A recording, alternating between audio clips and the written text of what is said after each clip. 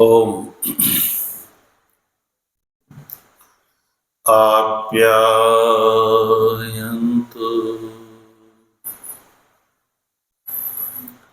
ममाङ्गानि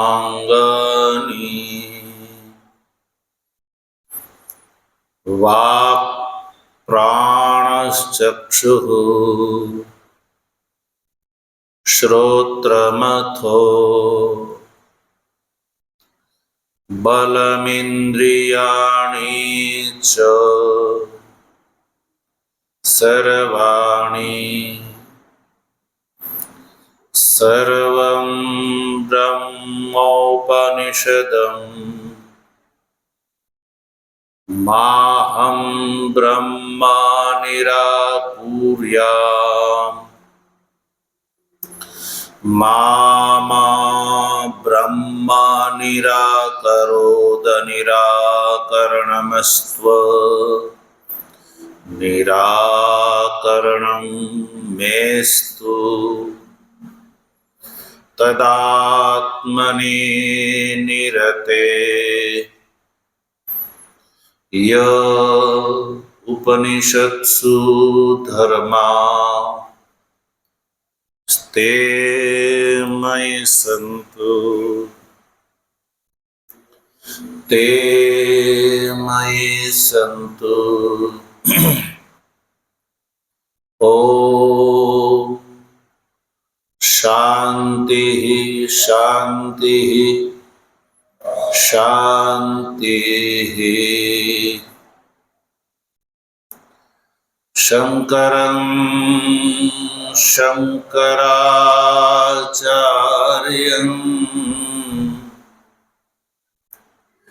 केशवं बादरायणं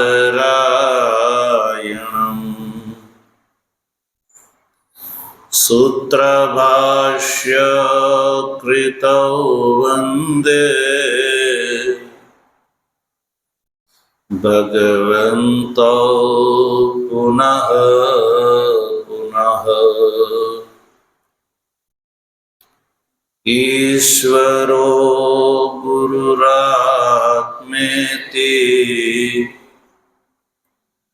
मूर्तिभेद विभागिने व्योमवद्व्याप्तदेहाय दक्षिणामूर्तये नमः। ॐ शान्तिः शान्तिः शान्तिः। अलख निरंजन जय सच्चिदानंद माधवानंद हरे हरे।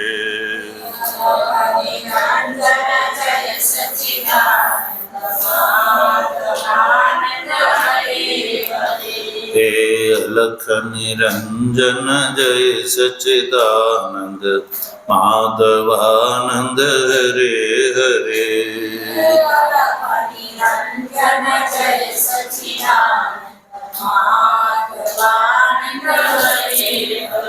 हे माधवानंद हरे हरे गुरु माधवानंद हरे हरे।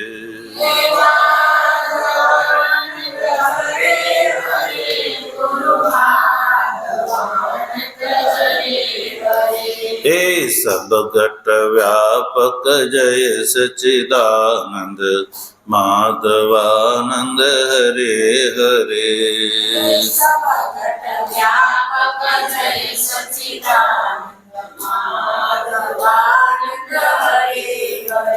हे घट घट व्यापक जय सच्चिदानंद माधवानंद हरे हरे।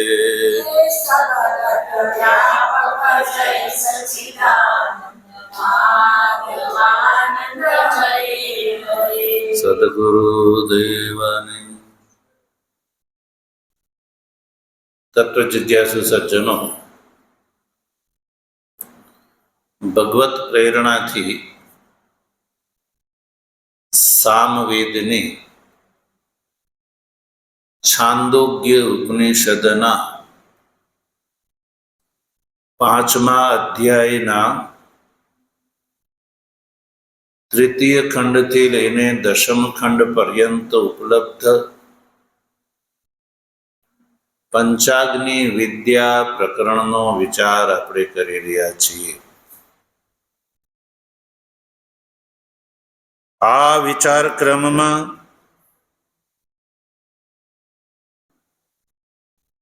રાજા પ્રવાહન જેવલી દ્વારા કરેલા જે 5 પ્રશ્નો છે એ 5 પ્રશ્નોમાં પંચમ અને પ્રથમ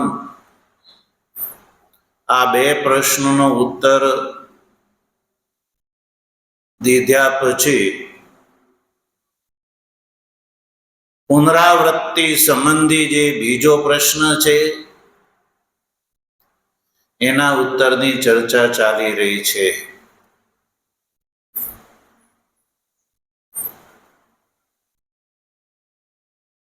પુનરાવૃત્તિ સંબંધી ચર્ચામાં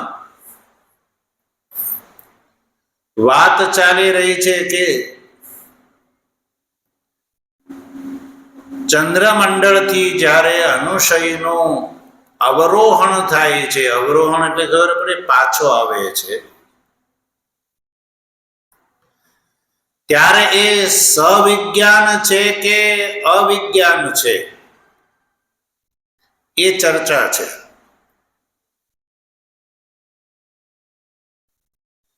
એટલે કે પાછો ફરતી વખતે એ મૂર્છિતવત અવિજ્ઞાન છે કે સવિજ્ઞાન છે કે, એટલે એને ખબર રહે છે કે હું પાછો ફરી રહ્યો છું.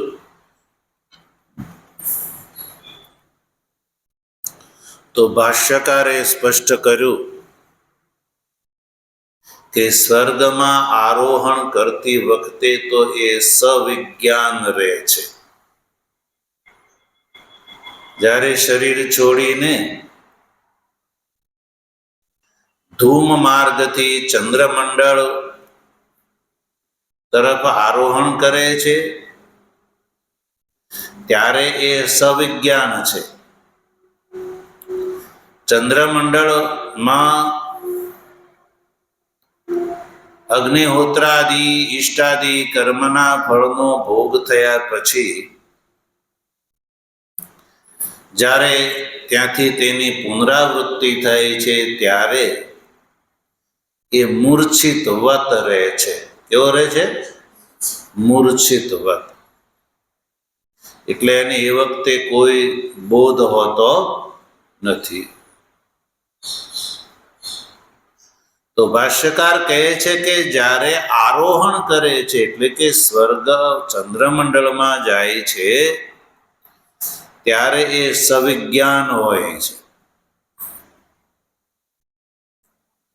તો એ સવિજ્ઞાનતા પણ એનું પણ સ્પષ્ટીકરણ જરૂરી છે.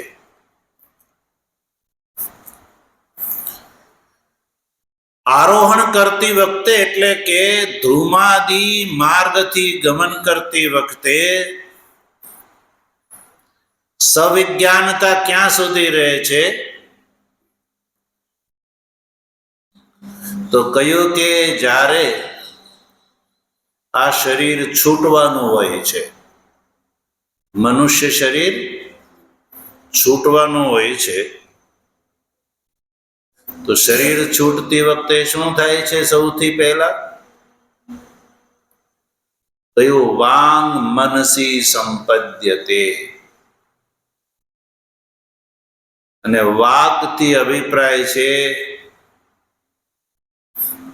જ્ઞાનેન્દ્રિયો અને કર્મેન્દ્રિયો. જ્યારે શરીર છૂટવાનું હોય છે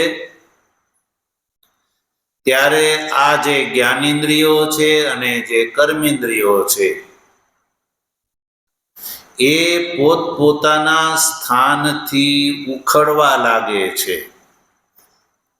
જ્ઞાનેન્દ્રિયો પોતાના સ્થાનથી અને કર્મેન્દ્રિયો જે છે એ પણ પોતાના સ્થાનથી ઉખડવા લાગે છે. અને આપણે એ તો જાણીએ છીએ ને, જ્ઞાનેન્દ્રિયોનું ક્યાં ક્યાં સ્થાન છે, કર્મેન્દ્રિયોનું ક્યાં ક્યાં સ્થાન છે. સ્થાન એટલે આ શરીરમાં રહેવાના ગોલક. ગોલક એટલે ગોખલા. સીધી ભાષામાં શું કહેવાય? ગોખલા. તો આપણે જોઈએ છીએ તો ચક્ષુ દ્વારા જોઈ શકીએ છીએ. તો ચક્ષુનું સ્થાન ક્યાં છે? મૂર્ધામાં. ક્યાં છે? મૂર્ધામાં મુખમંડળ ઉપર જે બે ચક્ષુ દેખાય છે. ઇન્દ્રિય યદ્યપિ એક છે, પણ ઇન્દ્રિયના ગોલક બે છે. એ બે ગોલકમાં એક જ ચક્ષુરિન્દ્રિય રહે છે. એવી રીતે શ્રોત્ર જે છે એને પણ રહેવાના બે કર્ણ છિદ્ર છે, જે આપણે બંને બાજુ, મૂર્ધાની બંને બાજુ જોવા મળે છે. અને એ કર્ણની અંદર જે શષ્કુલી એટલે કે જે છિદ્ર છે, એ છિદ્રથી જે ઘેરાયેલું આકાશ છે એને શ્રોત્ર કહેવામાં આવે છે. એમાં શ્રોત્ર ઇન્દ્રિય રહે છે, જેના દ્વારા આ જીવાત્મા બાહ્ય શબ્દનું શ્રવણ કરે છે. તો સજ્જનો, આ રીતે જ્ઞાનેન્દ્રિયોના અને કર્મેન્દ્રિયોના અને અંતઃકરણના આ શરીરની અંદર રહેવાના જુદા જુદા સ્થાન છે. હવે જ્યારે જીવાત્મા આ શરીર છોડવાની તૈયારી કરે છે, પ્રાણ નીકળવાની તૈયારી હોય છે, ત્યારે આ બધી જ ઇન્દ્રિયો જે છે એ પોતપોતાના સ્થાનથી ઉખડવા લાગે છે. ભગવાને પણ આ વાત ગીતાના 15મા અધ્યાયમાં કરી. મનઃ ષષ્ઠાની ઇન્દ્રિયાની પ્રકૃતિ સ્થાની કર્ષતિ, શરીરમ યદ વાપ્નોતિ યચ્ચાપ્યુત્ક્રામતીશ્વરઃ, ગૃહીત્વૈતાની સંયાતિ વાયુર્ગંધા નિવાસયાત.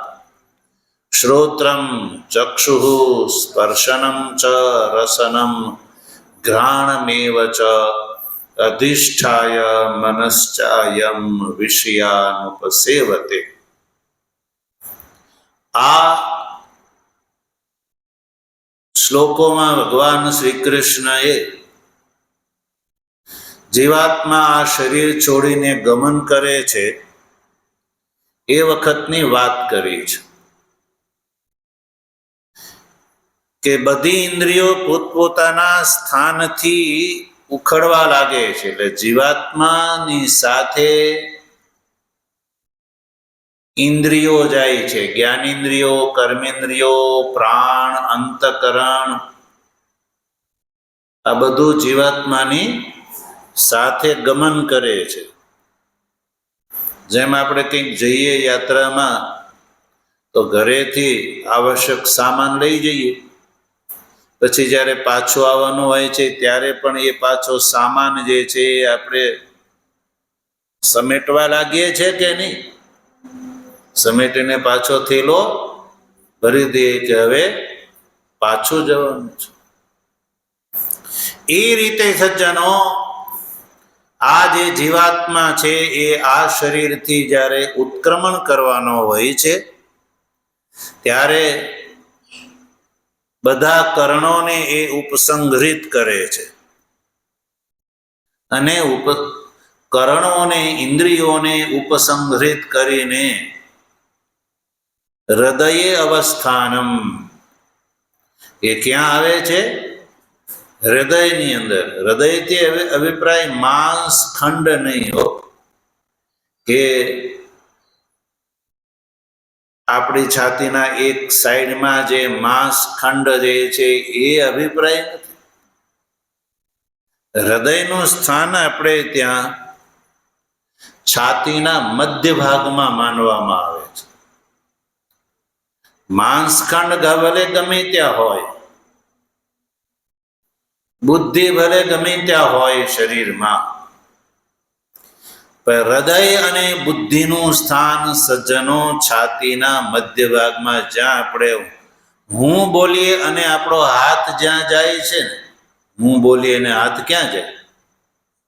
છાતીના મધ્ય ભાગમાં જાય છે. ત્યાં હૃદયનું સ્થાન છે. ચક્રની દ્રષ્ટિથી પણ હરિત ચક્ર જે છે એ મધ્યમાં સાબિત થાય છે. શરીરના દ્રષ્ટિકોણ પ્રમાણે બુદ્ધિનું સ્થાન મસ્તકમાં માનવામાં આવે છે અને હૃદયનું સ્થાન છાતીના એક ભાગમાં માનવામાં આવે છે. અને ઓપરેશન કરવામાં આવે તો પણ હૃદયનો જે માંસખંડ છે એ એક બાજુ જ જોવા મળે છે. પણ જ્યારે આપણે હું બોલીએ, હું છું, અને હાથ આપણો ક્યાં જાય છે? છાતીના એક ભાગમાં જાય છે કે મધ્ય ભાગમાં જાય છે? એટલે હૃત ચક્ર જે છે, હૃદય છે, એ છાતીના મધ્ય ભાગમાં એનું સ્થાન છે. એટલે હૃદયની અંદર બધી ઇન્દ્રિયો જે છે એ ઉપસંહરિત થઈ જાય છે શરીર છોડતી વખતે. તો શરીર છોડતી વખતે જ્યાં સુધી ઇન્દ્રિયો જે છે એ હૃદયની અંદર અવસ્થિત થઈ જાય ત્યાં સુધી જ સવિજ્ઞાનતા રહે છે જીવાત્માને. પછી જ્યારે દેહથી બહિર ગમન કરે છે, જીવાત્મા દેહથી બહાર નીકળે છે, ત્યારે એને આગળનું શરીર જ્યાં સુધી પ્રાપ્ત ન થાય ત્યાં સુધી દેહાદ બહિર્નિર્ગતા નામ પ્રાગ દેહાંતર પ્રાપ્તે હે તદસ્તિ. દેહની પ્રાપ્તિ ન થાય ત્યાં સુધી સવિજ્ઞાનતા રહે છે. પણ જે અનુશયી છે, ચંદ્રમંડળથી જેની પુનરાવૃત્તિ થઈ રહી છે, ચંદ્રમંડળથી જેનું અવરોહણ થઈ રહ્યું છે, એને પણ અવરુરુક્ષતામ અપી ન ભાવે દેહ પર્યંતા વાસના દીર્ઘા ભવતી.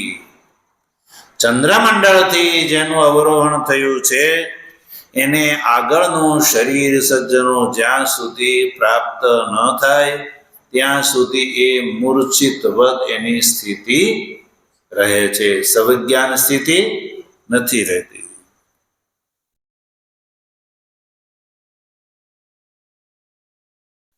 એટલે એવું કોઈ કહે તો કહ્યું કે અંતરાલે તો અવિજ્ઞાન મૂર્છિતવત એવ ઇતિ અદોષ.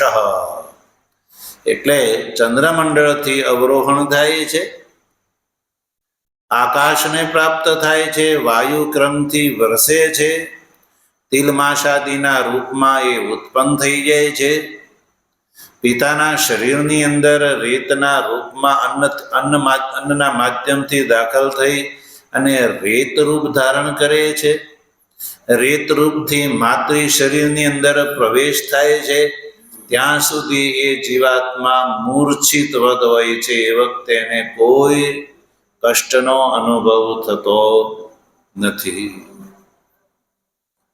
પણ સજ્જનો, એને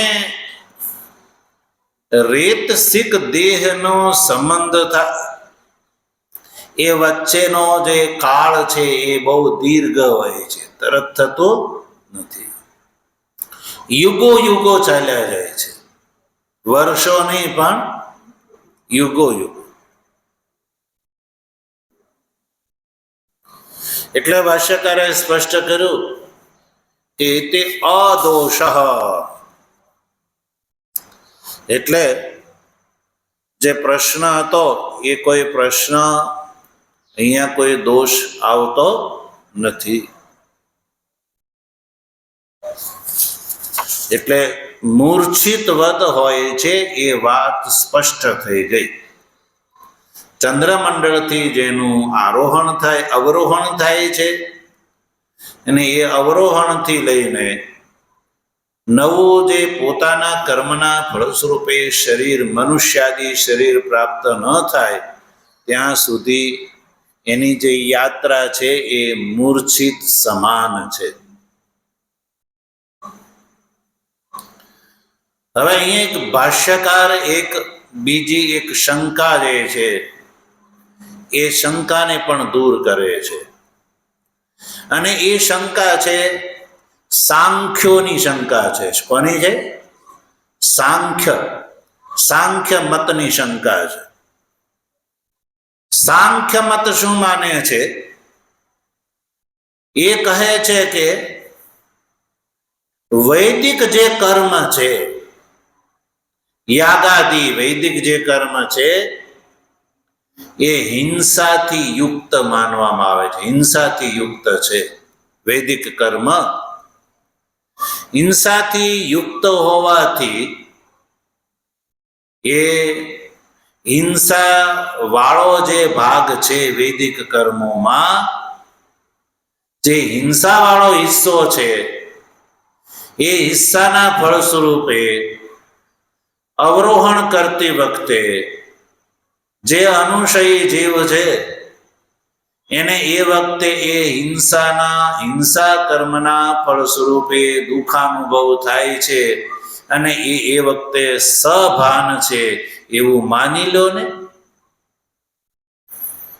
કારણ કે હિંસાનું ફળ શું છે? દુઃખ. તો સાંખ્ય સજ્જનો આવો પ્રશ્ન કેમ કરે છે? તો એટલા માટે કે આપણે ત્યાં વૈદિક કર્મોની અંદર અશ્વમેધાદી યજ્ઞ થાય છે. કેવો યજ્ઞ? અશ્વમેધ, નરમેધ વગેરે યજ્ઞનો ઉલ્લેખ વેદોમાં જોવા મળે છે. અશ્વમેધ યજ્ઞની અંદર અશ્વની, ઘોડાની બલિ દેવામાં આવે છે. નરમેધની અંદર નરની, મનુષ્યની બલિ દેવામાં આવે છે યજ્ઞની અંદર. આવા અન્ય પણ યજ્ઞો છે. તો આને યજ્ઞ એટલે જે વૈદિક કર્મ. તો સાંખ્ય દર્શન જે છે એવું કહે છે કે હિંસાથી યુક્ત હોવાથી મનુષ્ય શરીરમાં સ્વર્ગની પ્રાપ્તિની ઈચ્છાથી મનુષ્યએ જે આ વૈદિક કર્મનું અનુષ્ઠાન કર્યું છે અને એની અંદર અશ્વ વગેરેનું મેધન કર્યું છે, તો હિંસા અનુગ્રહાત્મકત્વાત ઇષ્ટાદિ કર્મણામ સ્થાવરત્વમ અપી તત્ફલમ એવ તથા ચ વૈદિકાનામ કર્મણામ અનર્થ અનુબંધિત્વાદ અપ્રામાણ્યમ શ્રુતેઃ ઇતિ તત્ર આહ. વૈદિક કર્મની જે પરંપરા છે એમાં સાંખ્ય દોષ ઉભો કરે છે કે વૈદિક કર્મોની અંદર હિંસા થાય છે. હિંસાથી યુક્ત હોવાના કારણે ઈષ્ટાદિ જે કર્મ છે જેના ફળ સ્વરૂપે યજમાન સ્વર્ગને પ્રાપ્ત કરે છે, તો સ્વર્ગની અંદર એને જે વિહિત વાળો જે ભાગ છે એના ફળ સ્વરૂપે સુખની અનુભૂતિ, અને વૈદિક કર્મની અંદર એને જે હિંસા કરી છે અશ્વ વગેરેની, તો એ હિંસાના ફળ સ્વરૂપે સ્વર્ગથી પાછા ફરતી વખતે એને સ્થાવરત્વની પ્રાપ્તિ જે થાય છે, એ સ્થાવરત્વ જે એ હિંસાનું ફળ છે એવું માની લો. અને એવું માનવાથી એક દોષ આવે છે કે વૈદિકાનામ કર્મણામ અનર્થ અનુબંધિત્વા. તો પછી વૈદિક કર્મ જે છે એ સુખનું કારણ થયું અને અનર્થનું પણ કારણ થયું.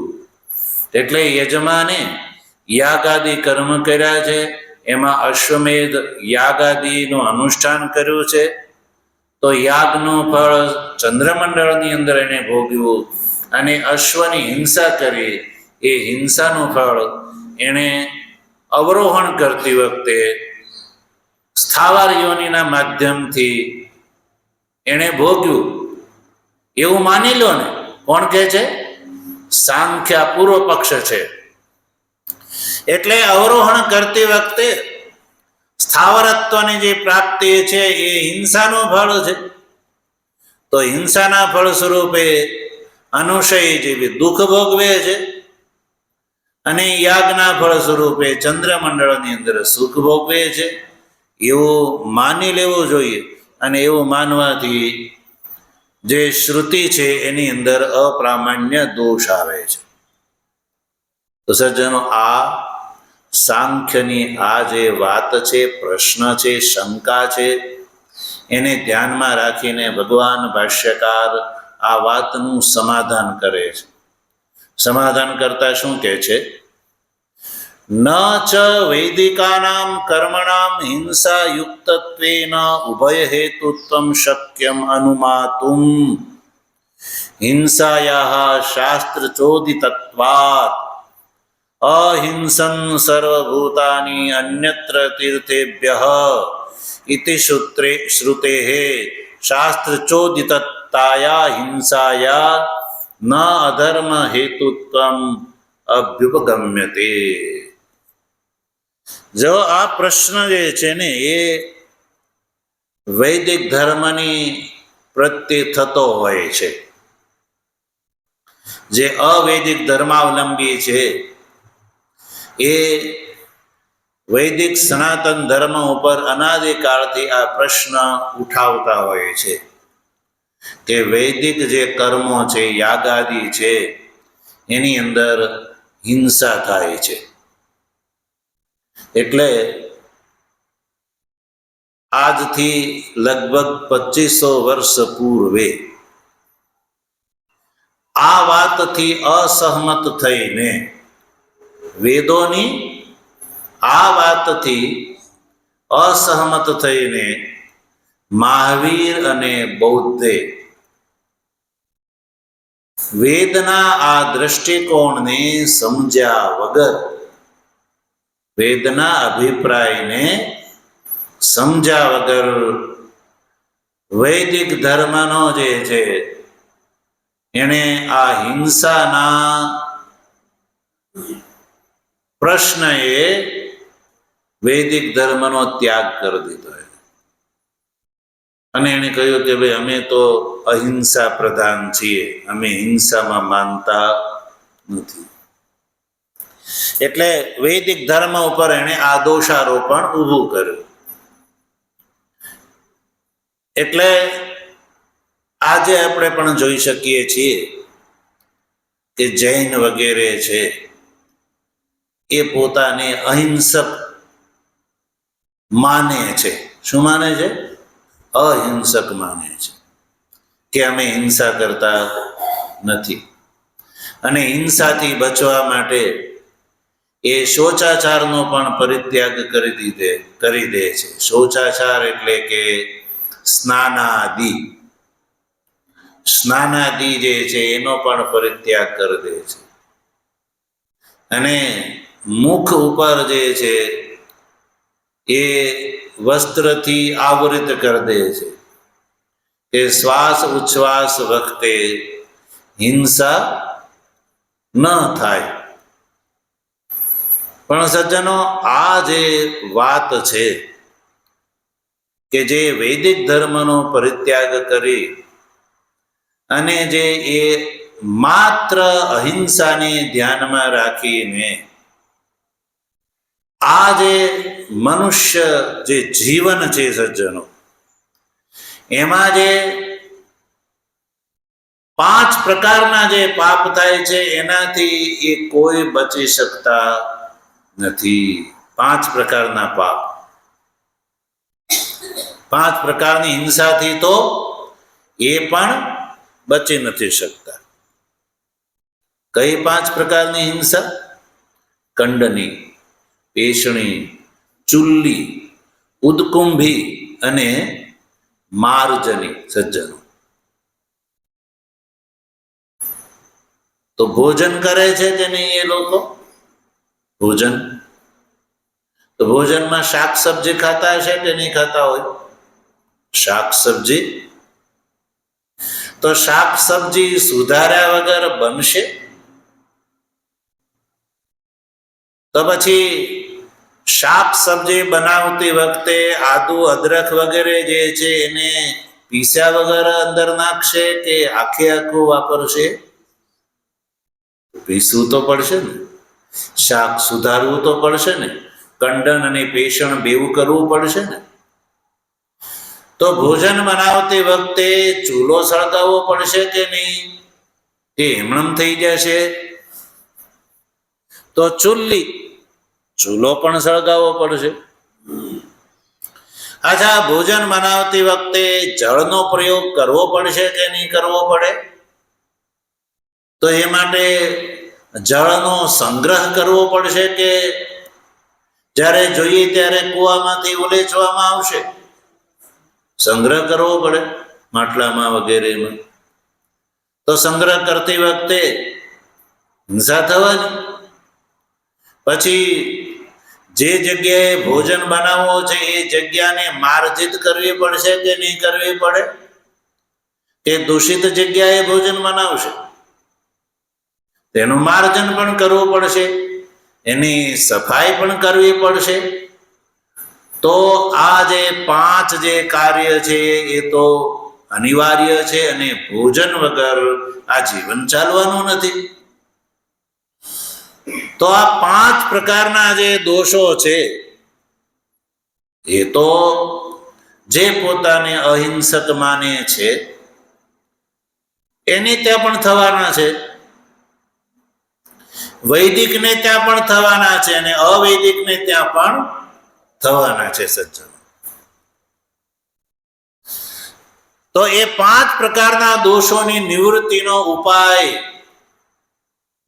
એની પાસે તો છે નહીં. એટલે છે નહીં એટલે એનાથી બચવાનો પ્રયત્ન કરશે, પણ બચી તો શકાય એમ છે. હવે વૈદિક જે છે એ તો આ 5 પ્રકારના દોષની નિવૃત્તિ થાય એ માટે વેદ પંચ મહાયજ્ઞ કરવાની આજ્ઞા આપે છે. 5 પ્રકારના દોષનું પ્રાયશ્ચિતના રૂપમાં પંચ મહાયજ્ઞ કરવાની આપણે ત્યાં વૈદિક ધર્મની અંદર પરંપરા છે. તો જે ગ્રહસ્થી પંચ મહાયજ્ઞ કરે છે તો એ તો પૂર્ણપણે અહિંસક થઈ શકશે, પણ અવૈદિક જે છે એ પૂર્ણપણે અહિંસક નહીં થઈ શકે. કેમ? કારણ કે એને ત્યાં જે 5 પ્રકારના દોષોની નિવૃત્તિ માટે એ વેદને તો પ્રમાણરૂપથી માનતા નથી, એટલે પંચમહાયજ્ઞ એ કરશે નહીં. એટલે એને ત્યાં 5 હિંસા તો રહી જવાની. સજ્જનો, અને આપણે ત્યાં વેદ જે છે એ પરમ પ્રમાણ માનવામાં આવે છે, એટલે 5 પ્રકારના પંચ મહાયજ્ઞ કરવાથી 5 પ્રકારના જે દોષ છે એની નિવૃત્તિ સંભવ છે. એટલે વૈદિક ધર્માવલંબી પૂર્ણ અહિંસક બની શકે છે. હવે રહી અહીંયા યાગાદિની અંદર હિંસાની વાત, યજ્ઞ વગેરેની અંદર રહી હિંસાની વાત. આ જે 5 જગ્યાએ તો ગ્રહસ્થ આશ્રમમાં નિત્ય પ્રતિદિન દોષની વાત, એનો પરિમાર્જન તો બતાવી દીધું પંચમહાયજ્ઞ. હવે જે સાંખ્યજી પ્રશ્ન ઉઠાવે છે કે વૈદિક કર્મ જે છે એ હિંસાથી યુક્ત હોવાથી વૈદિક કર્મને ઉભય એટલે કે સુખ અને દુઃખ આ બેવના હેતુ માનવા જોઈએ. વૈદિક કર્મ હિંસા યુક્ત હોવાથી એ સુખ અને દુઃખ આ બંનેના હેતુ માનવા જોઈએ એવું કોણ કહે છે? સાંખ્ય. હેતુત્વમ અનુમાતુમ શક્યમ. તો જો ભાષ્યકાર જે છે એને એ વૈદિક ધર્મના અલંબરદાર છે. ભાષ્યકાર અલંબરદાર સમજવામાં આવ્યું? જવાબદાર છે. શું છે? જવાબદાર છે. હવે કોઈ વ્યક્તિએ જવાબદારી લીધી હોય તો એના સંદર્ભમાં એના નેતૃત્વમાં કોઈ વાત આવે તો એનો જવાબ કોણ આપશે? એ જવાબદાર વ્યક્તિ આપશે. તો ભગવાન ભાષ્યકાર જે છે એ વૈદિક ધર્મના જવાબદાર છે. એટલે જવાબદાર હોવાથી ભાષ્યકારના મુખેથી જ આપણે આ સમાધાન સાંભળી શકીએ કે ભાષ્યકાર વૈદિક યાગાદિ ઉપર જે વૈનાશિક, અર્ધવૈનાશિક, અર્ધવૈદિક યા પૂર્ણતઃ અવૈદિક, જો બે પ્રકાર, અર્ધવૈદિક યા પૂર્ણતઃ અવૈદિક, જે આ પ્રશ્ન ઉઠાવે છે એને ઉત્તર આપવો જરૂરી છે. એટલે ભાષ્યકાર એ વાતને સ્પષ્ટ કરતા કહે છે કે વૈદિકાનામ કર્મણામ હિંસાયુક્તત્વેન ઉભય હેતુત્વમ અનુમાતુમ ન શક્યમ. કોઈ કહે કે વૈદિક કર્મ હિંસાથી યુક્ત છે એટલે એ સુખ અને દુઃખ બંનેના હેતુ માનવા જોઈએ એવું જે અનુમાન કરે છે એ અનુમાન યોગ્ય નથી. ભાષ્યકાર કહે છે કે એ કહેવું એનું યોગ્ય નથી. કેમ યોગ્ય નથી? કેમ યોગ્ય નથી ભાઈ? વૈદિક કર્મની અંદર હિંસા તો થાય જ છે ને. તો ભાષ્યકાર શું કહે છે? શાસ્ત્ર પ્રમાણથી સ્પષ્ટ કરે છે, કોઈ પોતાના આગ્રહથી નહીં. જો હેતુ બતાવે છે, હિંસાયાઃ શાસ્ત્ર ચોદિતત્વાत्, હિંસા છે ને એ શાસ્ત્ર પ્રયુક્ત છે, શાસ્ત્ર દ્વારા પ્રમાણિત છે. શું છે? શાસ્ત્ર બતાવે છે, શાસ્ત્ર એમાં પ્રમાણભૂત છે, શાસ્ત્ર વિધિ બતાવે છે.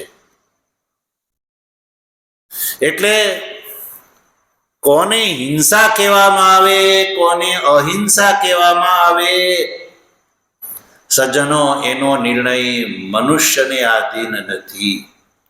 મનુષ્ય એનો નિર્ણય કરી શકે નહીં. હિંસા, અહિંસા, પાપ, પુણ્ય આ જે શાસ્ત્રનો વિષય છે, મનુષ્યની બુદ્ધિનો વિષય નથી. એટલે મનુષ્ય એ નક્કી ન કરી શકે કે ભાઈ કોને હિંસા કહેવાય યા કોને અહિંસા કહેવાય. કેવલ બાહ્ય ક્રિયાકલાપ જોઈને તમે આરોપ ન કરી શકો કે આ હિંસા છે કે અહિંસા છે, ન્યાય છે યા અન્યાય છે, પાપ છે યા પુણ્ય છે. જો સજ્જનો એવું હોય તો સેના જે હોય છે એ સેના બધા દેશે રાખવી પડતી હોય છે. સેના તો સેના છે, બટાલિયન, એ શત્રુ સાથે જ્યારે લડાઈ કરે છે, કોની સાથે? શત્રુની સાથે. તો શત્રુને મારી નાખે કોઈ સૈનિક જે છે એ શત્રુને મારી નાખે અને એ અદમ્ય ઉત્સાહ બતાવે યુદ્ધની અંદર અને શત્રુની સેનાની અંદર હાહાકાર મચાવી દે, તો એ જે બંદૂકથી શત્રુની સેનાની અંદર સંહાર કરે છે તો શત્રુની સેનામાં પણ સૈનિકો મૃત્યુ પામે છે, એનો સંહાર થાય છે. તો એ બહારથી શું લાગે છે? હિંસા કે અહિંસા? તો એની અંદર જીવ નથી. સજ્જનો બોલો, એ જે શત્રુ છે એનું શત્રુનો ઘાત થયો, મૃત્યુ થયું, તો એ જાનથી ન ગયો, એ મરી ન ગયો. તો બોલો આપણે એને હિંસા કહીશું? જે લેફ્ટ છે એ કહે છે કે નહીં, એ હિંસા છે. શું કહે છે? જેન એવું કહે છે એ હિંસા છે. તો પછી સૈનિકોને એમ કહેવામાં આવે કે તમારે કોઈને મારવાના નહીં, એ હિંસા છે. અને સૈનિકો ત્યાં શોભાના ગાંઠિયાની જેમ ઊભા રહે તો શું દેશની રક્ષા થશે? તો રાષ્ટ્રની રક્ષા કરવી હશે તો શું કરવું પડશે? યુદ્ધ કરવું પડશે. તો સજ્જનો, યુદ્ધ જે છે એ ધર્મ છે, અધર્મ નથી. યદ્યપિ બાહ્ય રૂપથી એ ઘોર છે, છતાં પણ એ ધર્મ છે.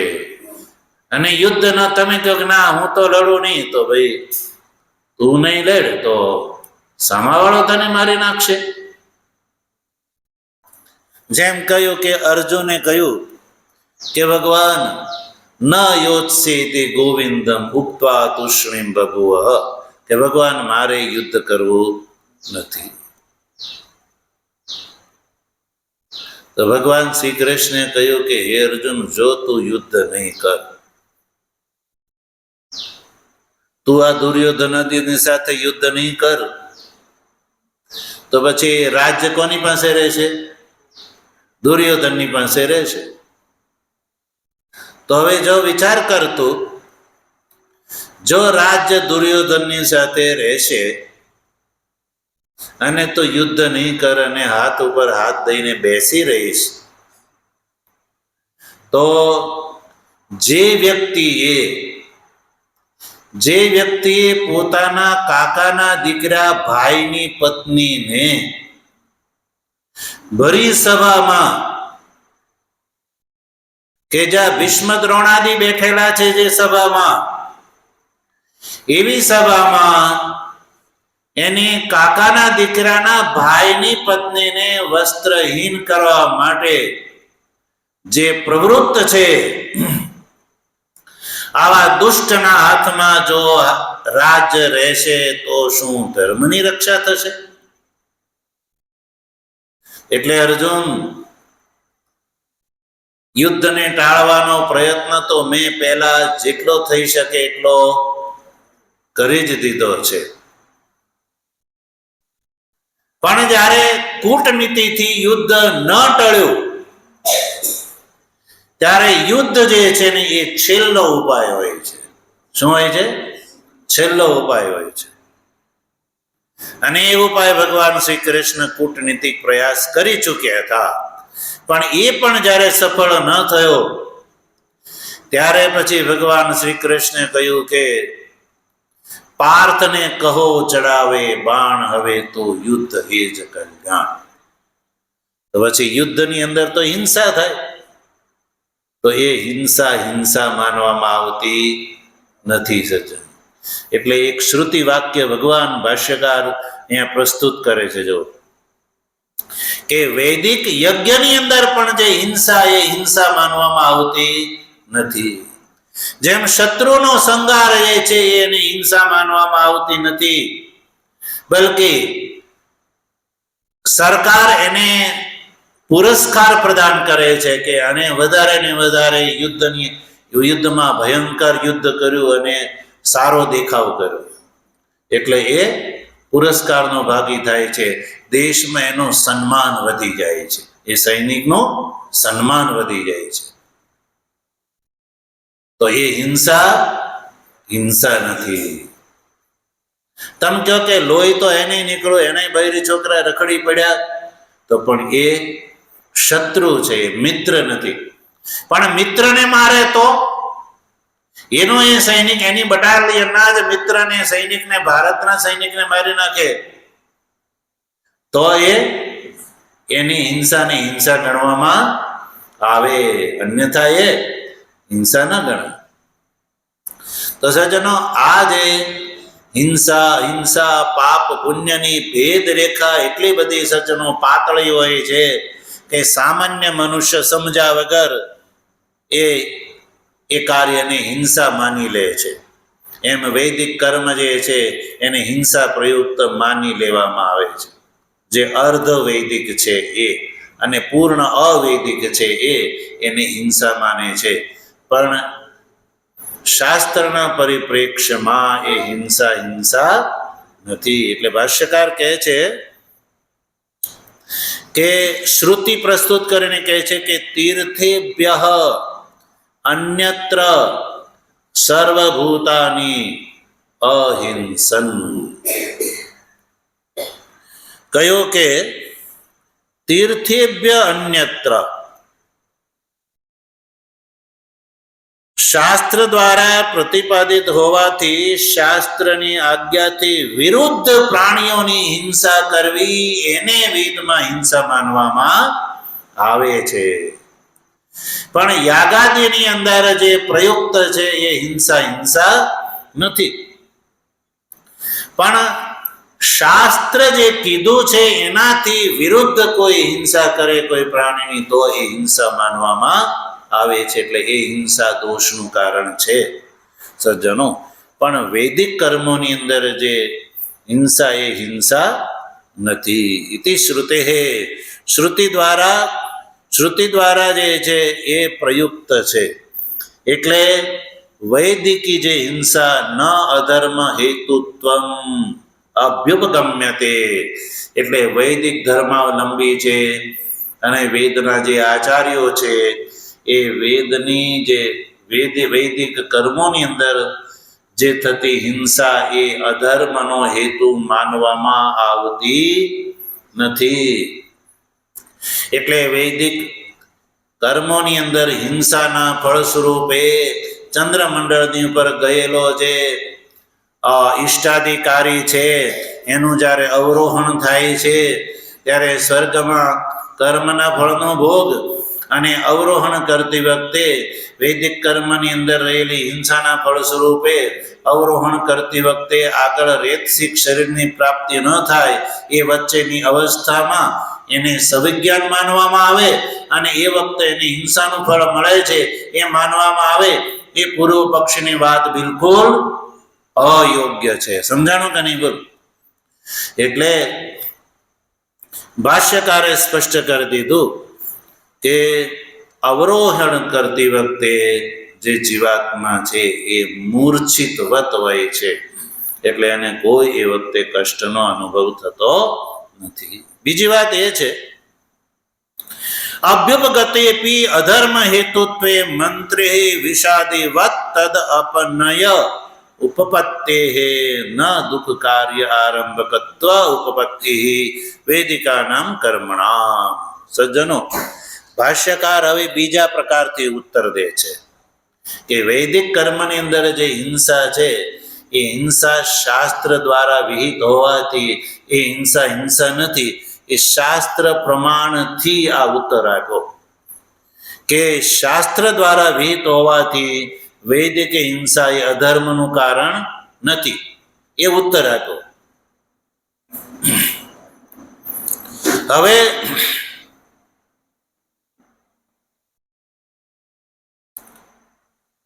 આગળ કહે છે કે અભ્યુપગતિ અપી,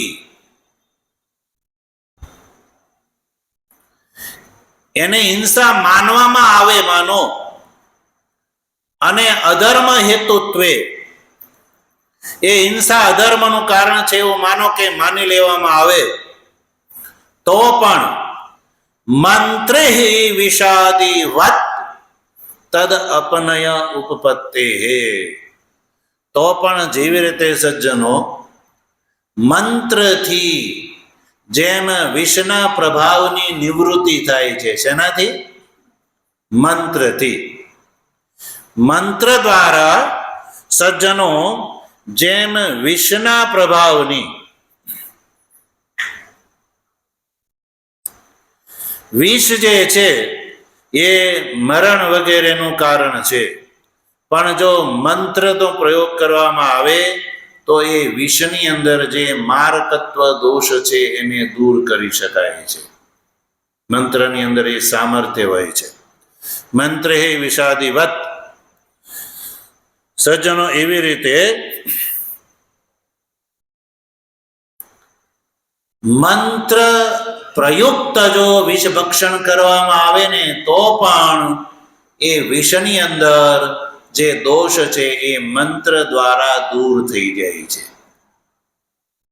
એવી રીતે વૈદિક કર્મ જે છે એ હિંસા પ્રયુક્ત હોવા છતાં પણ એની અંદર હિંસાત્મક જે દોષ છે એનું અપનયન સંભવ છે, મંત્ર દ્વારા સંભવ છે.